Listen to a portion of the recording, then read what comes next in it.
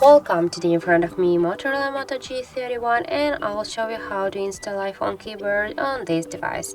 So first you should go to the Play Store and in the search pool type the green Apple keyboard, and that's this application. Now just we have to get this app, so tap to install and wait a couple of seconds. Now just open the application. Here click enable in settings, and near the green Apple keyboard tap once on the switcher. Here tap to OK, click again OK. Now just go back. Tap to the switch input method and switch your keyboard to the green Apple keyboard. Now that's finished, and now you can just check the your keyboard.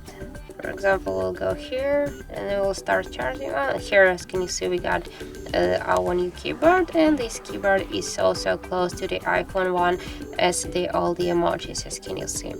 So that's how it looks. If you find this video helpful, remember to leave a like, comment and subscribe our channel.